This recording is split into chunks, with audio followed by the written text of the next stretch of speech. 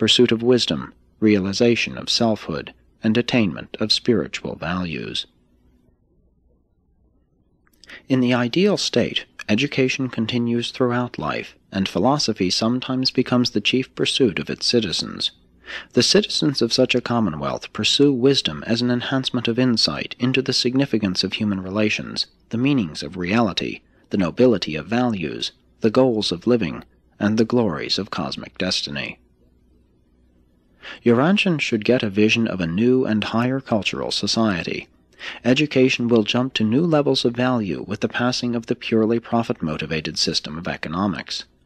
Education has too long been localistic, militaristic, ego-exalting, and success-seeking. It must eventually become worldwide, idealistic, self-realizing, and cosmic-grasping.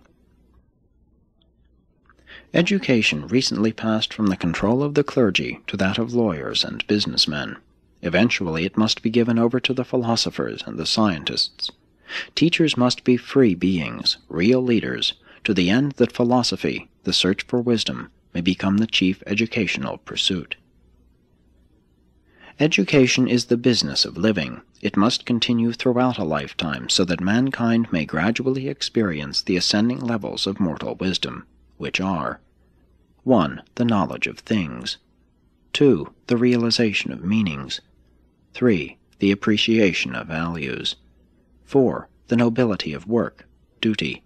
5. The motivation of goals, morality. 6. The love of service, character. 7. Cosmic insight, spiritual discernment. And then, by means of these achievements, many will ascend to the mortal ultimate of mind attainment, God consciousness.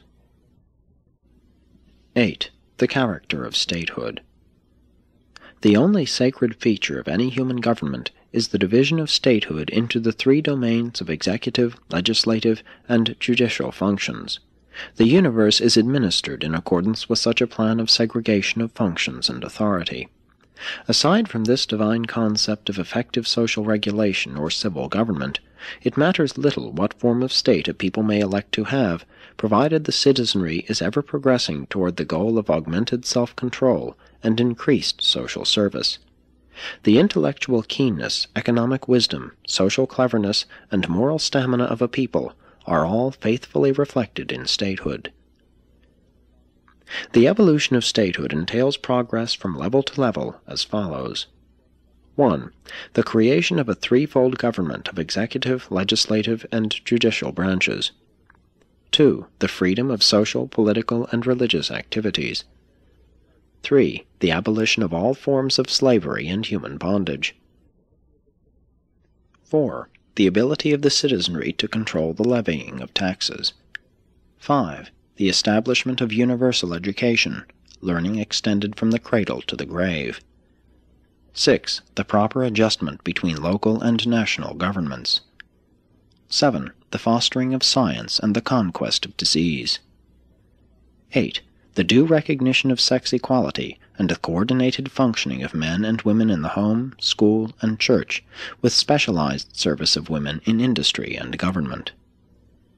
9. The elimination of toiling slavery by machine invention and the subsequent mastery of the machine age. 10. The conquest of dialects, the triumph of a universal language. 11. The ending of war, international adjudication of national and racial differences by continental courts of nations, presided over by a supreme planetary tribunal automatically recruited from the periodically retiring heads of the continental courts. The continental courts are authoritative, the world court is advisory, moral. 12. The worldwide vogue of the pursuit of wisdom, the exaltation of philosophy, the evolution of a world religion, which will presage the entrance of the planet upon the earlier phases of settlement in light and life. These are the prerequisites of progressive government and the earmarks of ideal statehood. Urantia is far from the realization of these exalted ideals, but the civilized races have made a beginning. Mankind is on the march toward higher evolutionary destinies. Sponsored by a Melchizedek of Nebadon.